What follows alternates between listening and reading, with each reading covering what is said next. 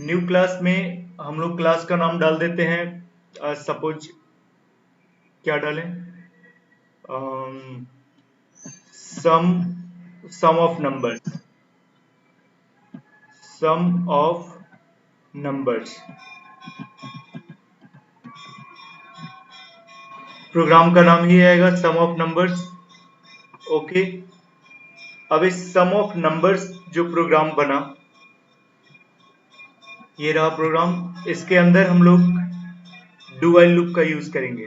तो कमेंट में क्या लिख देते हैं, रियल क्वेश्चन जो तुम लोगों को बोल रहे थे, वो क्वेश्चन ये है, calculate the sum, calculate the sum of all numbers inputted by user, या इंटर्ड लिखो, इनपुटेड थोड़ा तुम लोगों को लगेगा कि क्या है, entered by user, all numbers entered by user to stop, नीचे लिखते हैं इसको, हाँ, to stop user will inter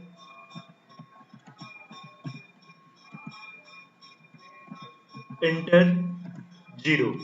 ठीक है, क्वेश्चन है कि यूजर जितना नंबर देगा सारे नंबर्स का सम दिखाएगा, बट इसमें अगर यूजर को अब आगे नहीं जोड़ना है तो क्या करेगा, वहां पे इंटर कर देगा जीरो, जीरो से स्टॉप हो जाएगा।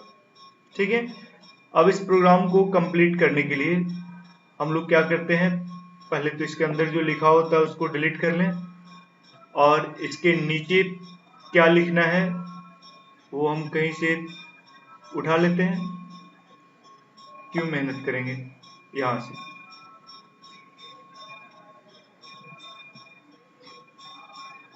ये लो, इसको इधर से ले लेते हैं और सम ऑफ नंबर्स वाले में लाके इसको पटक दिए। Public static void main import Java dot util dot scanner semicolon. अब आगे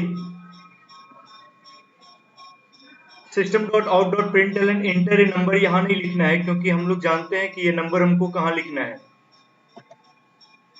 इंट n एक वेरिएबल बना लेते हैं और इस n में यूजर से इनपुट लेना है,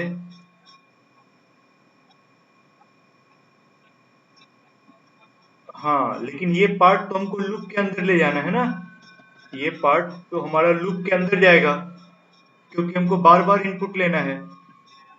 तो लूप के अंदर जाएगा तो हम लूप के ऊपर एक वेरिएबल को डिक्लेयर कर लिए, एंड इसको हटाने दो,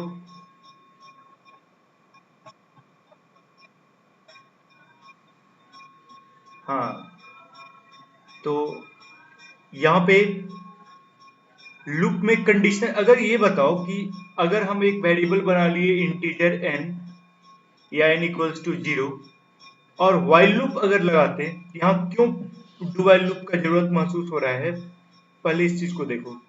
अगर व्हाइल लूप लगाते तो क्या लिखते कि व्हाइल कंडीशन है कि 0 नहीं इंटर होना चाहिए, तो ये लिखते हैं ना कि while n not equals to 0, जब तक 0 नहीं है तब तक लूप चलो, क्योंकि 0 होने पर बाहर निकल जाना है लूप से अकॉर्डिंग टू क्वेश्चन।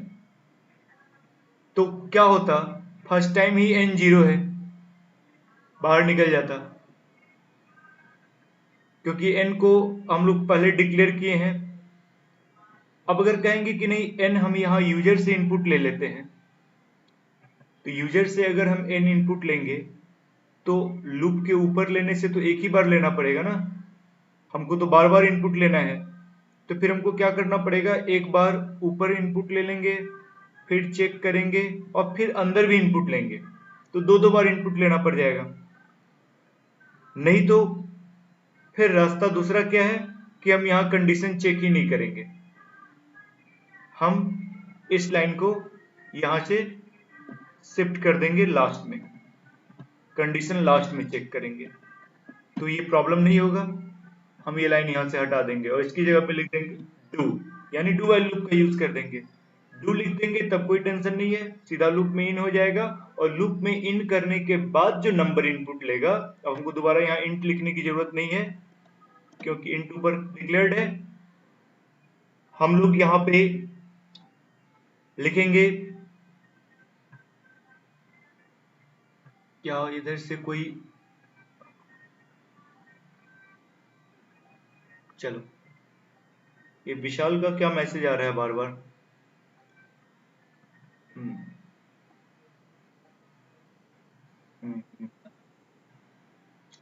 व्हाट्सएप का मैसेज शो कर रहा है उसका इस पर कुछ, हाँ।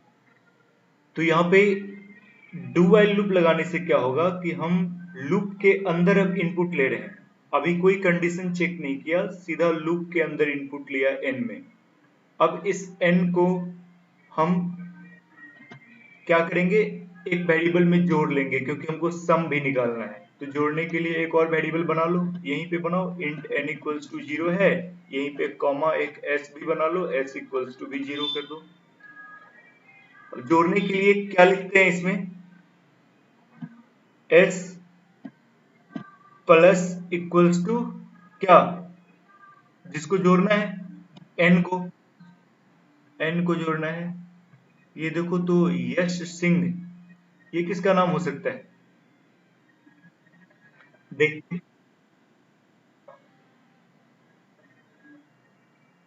ओ, यश सिंह कौन, विशाल?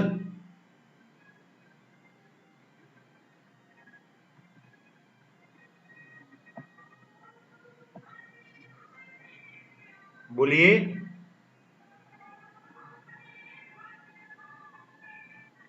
अच्छा माइक ऑन किया है लेकिन आवाज नहीं आ रहा है।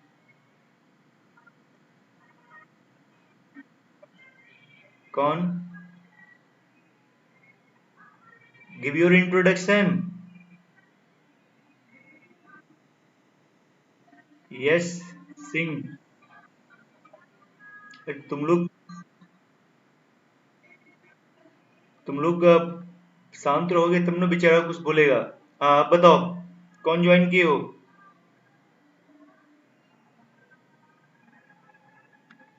ये लो, इसका माइक खराब है।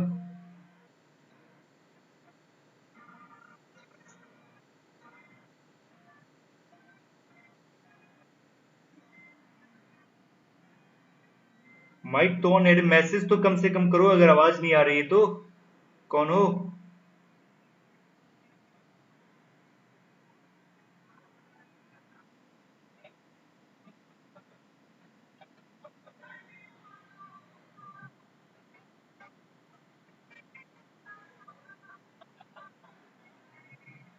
क्या हुआ, मैसेज करो, चैट में लिख के भेजो।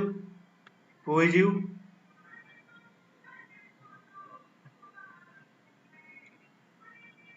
We are getting late.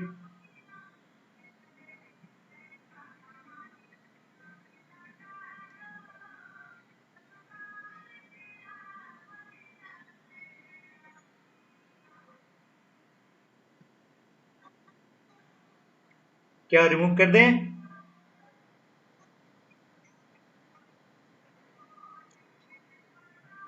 Okay then bye.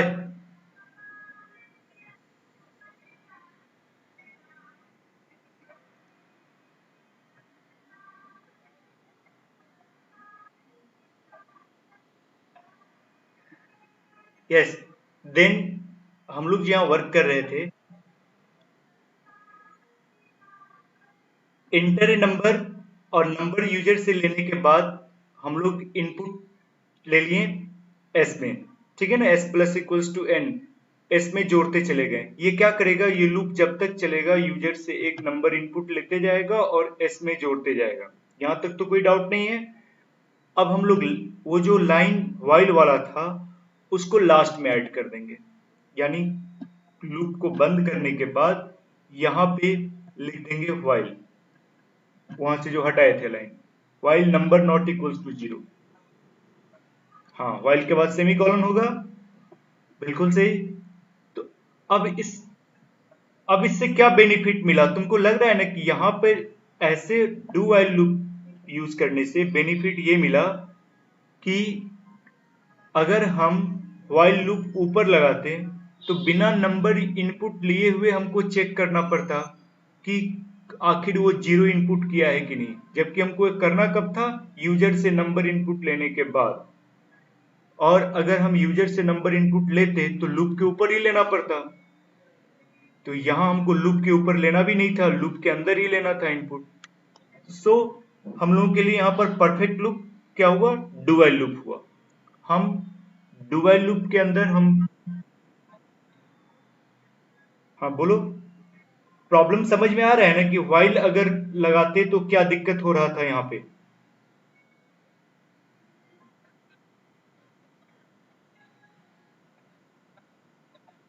हाँ, जब तक 0 नहीं देगा तब तक इनपुट लेते रहेगा, जब 0 देगा तो बाहर निकल जाएगा, ये होगा। यानी n जो इनपुट देगा उस n को यहाँ लास्ट में चेक करेगा कि क्या वो 0 था। अगर 0 नहीं था तो ठीक है, लूप सही है, फिर घूमेगा। और अगर वो 0 था तो लूप से बाहर निकल जाएगा। क्लियर? ठीक है। इसमें ये चीज समझ में आया कि इसमें डू व्हाइल लूप क्यों यूज किया गया, व्हाइल लूप में क्या परेशानी थी, ये बताओ।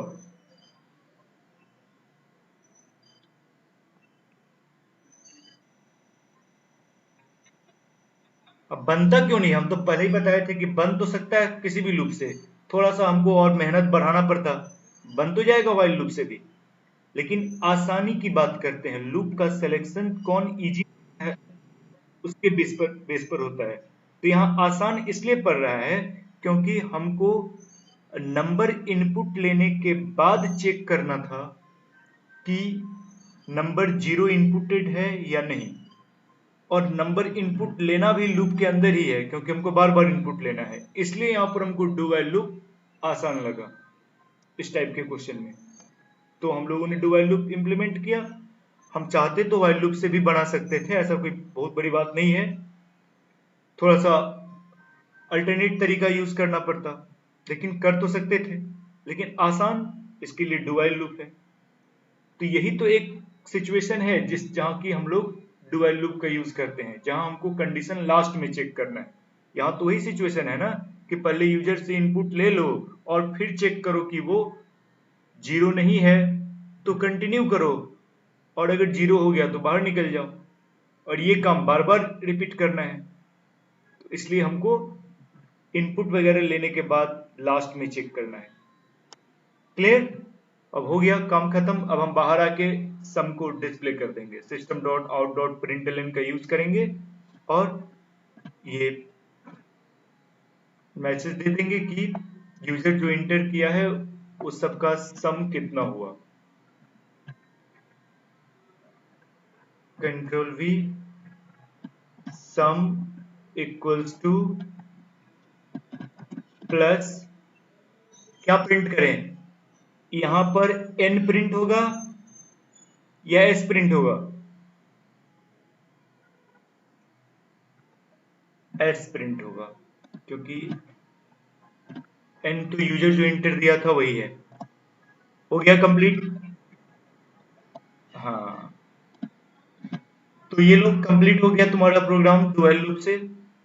और इसको कंपाइल कंपाइल करो और एक बार रन करके देख लो। ये लो, एरर भी आ गया। कहाँ पे एरर आया देखो, ये सेमी कॉलन एक छूटा हुआ दिख रहा है, तो डाल दो सेमी कॉलन। अगेन कंपाइल करो। अब class compiled and no syntax error. Now run this program. Sum of numbers यहां रहा, void main, ओके। अब देखो मांग रहा है इंटर नंबर, तो अब इसको नंबर देते रहो तब तक जब तक कि मेरा मन करे 56 इंटर, 47 इंटर। अब तुमको जब तक मन है इसमें नंबर इंटर करते रहो, कोई लिमिट नहीं है उसकी तरह, फॉर लूप की तरह कि 10 टाइम चलेगा या 5 टाइम चलेगा, मर्जी है तो एक बार में भी निकल जाएगा। अब मान लो कि अब आगे मर्जी नहीं है, अब नहीं इंटर करना है, तो जीरो डाल दिए और इंटर कर दिए, देखो जीरो डालते ही आ गया सम, यानी खत्म हो गया, अब इनपुट नहीं मांगेगा। तो ये तरीका हुआ, यूजर से तब तक इनपुट लेते रहेगा जब तक यूजर चाहे, जब उसको स्टॉप करना होगा जीरो प्रेस कर देगा। ठीक है, तो यहाँ हम लोग इस्तेमाल, हाँ वो तो हम भेज देते हैं, कॉपी करके ही डाल दे रहे हैं, जैसे डालते हैं उस तरह से। चलो ठीक है।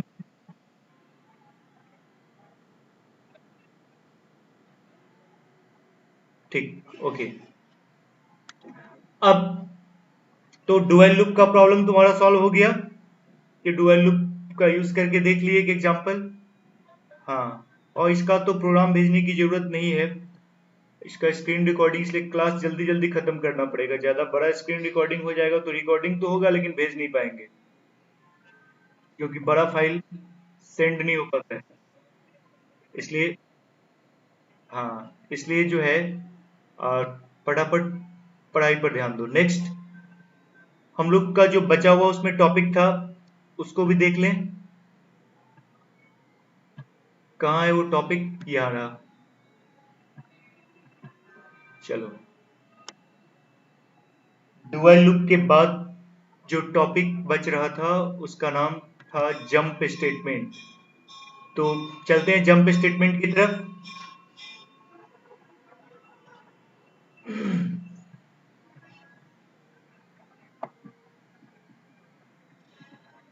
while do while कंप्लीट करने के बाद हम लोग आ गए यहाँ पे जंप स्टेटमेंट के पास। देखो जंप स्टेटमेंट क्या होता है।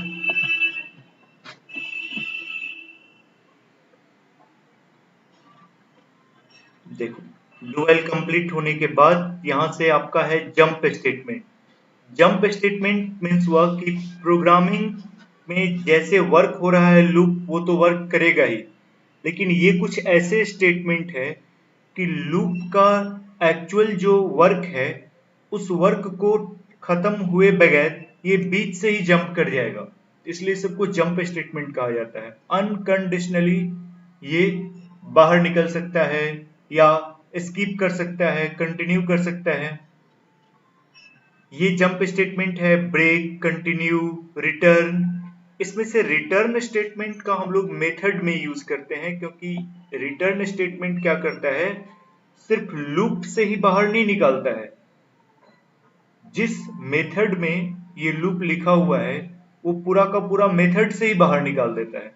इसलिए रिटर्न स्टेटमेंट का इस्तेमाल हम लोग करेंगे जब मेथड यूज करेंगे, उस समय प्रॉपरली समझ में आएगा कि कैसे वो मेथड से बाहर निकालता है। इसके लिए हमको दो मेथड लेके चलना पड़ेगा। ब्रेक और कंटिन्यू को हम लोग यहाँ पर यूज करके देख सकते हैं अभी फिलहाल कि कैसे ब्रेक और कंटिन्यू का वर्क है। तो सिंपल समझो, ब्रेक स्टेटमेंट का वही काम है जो स्विच में था। स्विच में भी ब्रेक स्टेटमेंट यूज हुआ करता था। स्विच में ब्रेक स्टेटमेंट का वर्क था स्विच से बाहर निकलना। लूप में भी ब्रेक स्टेटमेंट का वर्क है लूप से बाहर निकलना। हमने लूप में जो कंडीशन डाला है, भले वो सही है या गलत है, कोई फर्क नहीं पड़ता है, ब्रेक स्टेटमेंट जब मिलेगा लूप बंद हो जाएगा, यानी लूप टर्मिनेट हो जाएगा। तो इसका काम क्या है, break statement terminates the current loop. ये जो भी हमारा करंट लूप है उसको टर्मिनेट कर देगा। करंट लूप इसलिए लिखा गया है कि कभी हम लोग आगे जाके नेस्टेड लूप यूज करेंगे तो जिस लूप में हम ब्रेक लगाए हैं उस लूप को वो टर्मिनेट करेगा। इसका मेन फंक्शन क्या है, टर्मिनेट करना, यानी उसको बाहर निकाल देना सीधा। And it takes the program control out of the loop और स्विच स्ट्रक्चर। अगर लूप में लगाएंगे तो लूप से बाहर कर देगा, स्विच में लगाएंगे तो स्विच से बाहर कर देता है। ये तो मालूम ही है। अभी कैसे बाहर करता है इसका थोड़ा एग्जांपल देख लो एक। अब जैसे हम लोगों ने यहाँ पर प्रोग्राम लिखा, to print squares of first 10 natural number.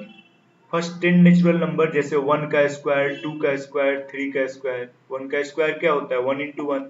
2 का स्क्वायर 2 इंटू 2 यानी 4। तो वैसे ही 1 से लेके 10 तक फर्स्ट जो नेचुरल नंबर्स है उसका स्क्वायर डिस्प्ले करने के लिए हम लोग प्रोग्राम बना रहे हैं। लेकिन इसमें कंडीशन डाल दिए हैं कि but stop when square is divisible by 5। जो स्क्वायर कैलकुलेट होगा अगर वो 5 से डिविजिबल हुआ तो बीच में ही रुक जाना है, तब 10 तक नहीं जाना है। तो इस काम को करने के लिए क्या किया देखो, सबसे पहले दो वेरिएबल बनाया। एक तो i जो कि लूप वेरिएबल है जिसका काम है 1 से लेकर 10 तक रन करना। सेकंड एक और वेरिएबल बनाया sq जो कि अपना i का स्क्वायर स्टोर करेगा, i इंटू आई। लूप देखो सिंपल 1 से लेके 10 तक रन किया। i equals to 1, i less than equals to 10, i plus plus.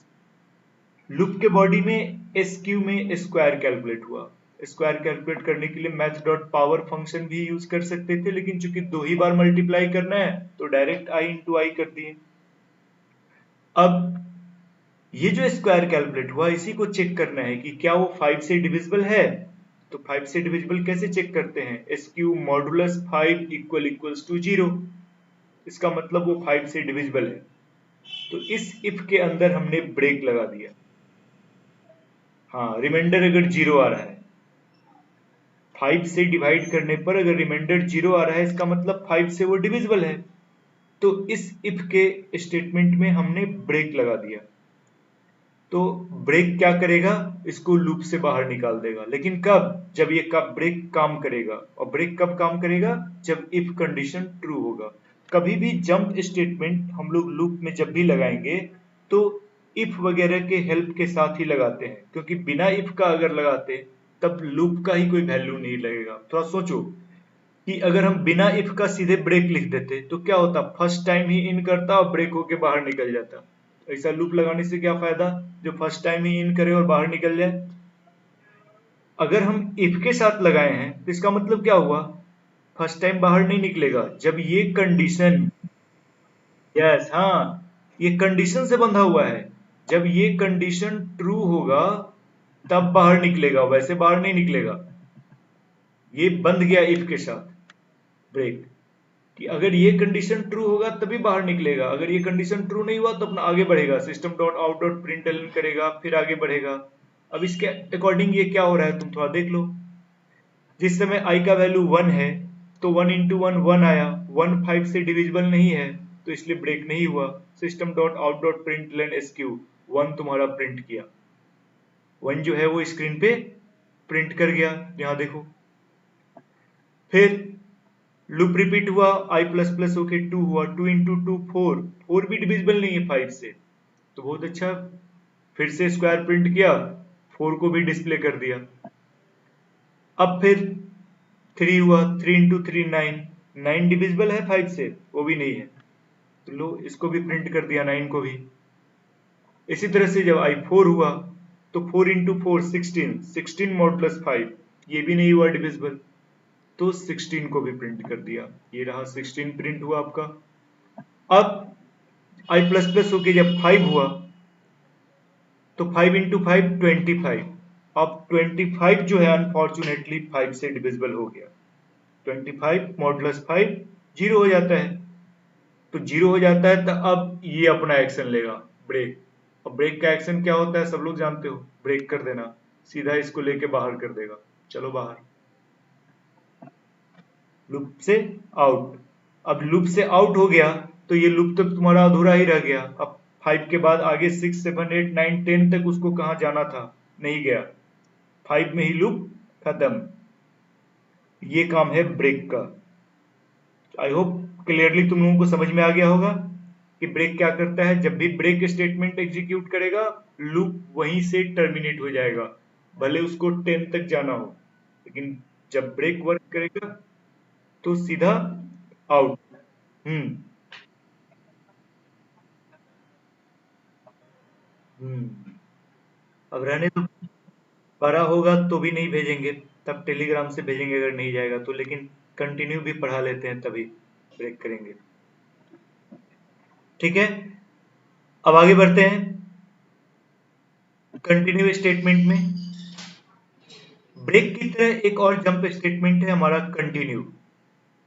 इसमें और ब्रेक में अंतर है। कंटिन्यू क्या करता है कि बाहर नहीं निकालता है, ये थोड़ा उससे लिबरल है।